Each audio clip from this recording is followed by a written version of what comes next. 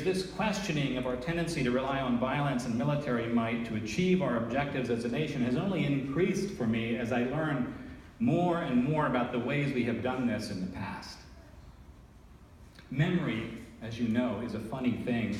Often we tend to remember only the heroic images we have of ourselves and to forget not only the terrible mistakes we have made as a nation, but also the terrible things we have carried out quite intentionally as a nation.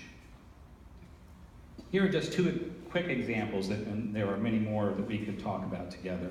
As a kid, I was taught about manifest destiny, as if it were a noble thing, almost a divine mandate for our ancestors, our European ancestors, to expand the country to the Pacific Ocean. But I wasn't told about the horrific cost of that policy in human lives. In our conquest of the West, we not only wiped out the Indian nations and massive buffalo herds on top of it, by the way, intentionally as part of our campaign to undermine the lives and lifestyle of the Indian nations.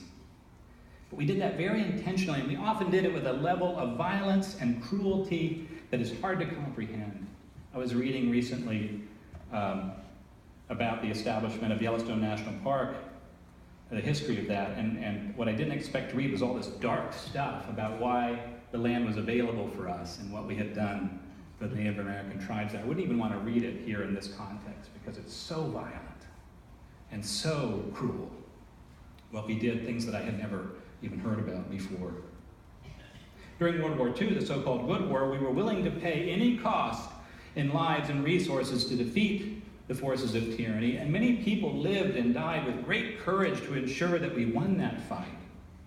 But it's also true that by the end of the war, we were also willing to inflict any cost on our enemies, including massive civilian casualties, the untold deaths of many innocent men, women, and children, if that's what it took to win. Now, this may be a necessary evil for nations engaged in war. It may even serve a good end in some way. But is it Christian?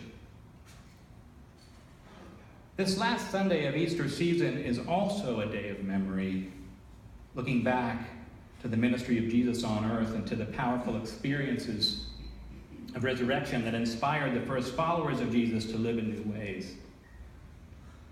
In that way, it's also a day of looking forward. Jesus said, "You will receive power when the Spirit has come upon you, and you will be my witnesses. You will be my witnesses in Jerusalem and all Judea and Samaria and to the ends of the earth."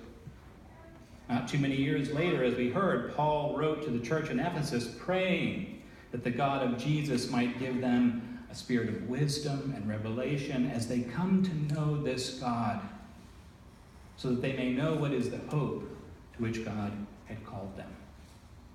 This is our challenge. This is the challenge of the church in every age, to know the hope to which we are called, to understand the nature of this God, the God of Jesus, to whom we are called to bear witness, and to understand the kind of power that Jesus was talking about. Was it the power of violence? The might of the military? Is that our hope? Is that the power which we are called to trust? Or is it something else?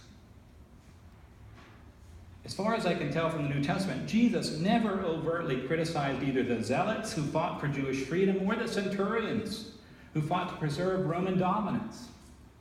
So I have no intention to criticize the soldiers who do what they believe to be best for them and for our country, often with a sacrificial commitment that goes far beyond anything that most of us ever achieve in our lives. Yet there can be no doubt that Jesus also condemned violence and hatred in every form and called for a different way to live, the way of God's love. There can be no doubt that the true source of hope and power proclaimed by Jesus was nothing less than the power of God's love at work in us and in our world. That is the hope to which we're called. That is the power we have been given to change the world. Let us not forget, wrote Bishop Oscar Romero, we are a pilgrim church, a church that walks serene because it bears the force of love. Now, I have no doubt that our nation has at times been a force for great good in the world, and can be so again, will be so again. I also have no doubt that our nation is a flawed institution, often shaped by a deeply flawed form of self-interest. Now, more than ever, it seems, our society is marked by a tendency toward anger and even violence that is an expression of the worst in us. Congressmen body-slamming reporters and other things going on in the media, but closer to home, I think many of us are on edge. I've been experiencing it out in public places myself lately, just people being on edge and short with one another, myself sometimes being short with people, the idea that none of us can get along because we have different political opinions and so on and so forth. Our society right now seems very tending toward mean-spiritedness almost in some ways. So now more than ever, our nation and our world need people courageous enough to model a different way to treat one another, compassionate enough to call for a national focus on care for those in need, for the least of these in our society.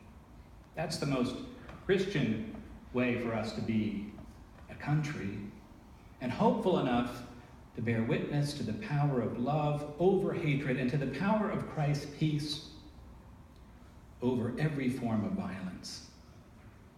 I don't know exactly how I need to live this out in my life. I only know that this has been a journey that I've been on and that I seek to live into in some way, what it means for me to bear witness to the power of love and the power of Christ's peace in our world. We stand always at the crossroads. Together, let us seek out the ancient paths and dare to walk in the way of Christ. For there we will find peace for our souls, for all people, and for all the earth.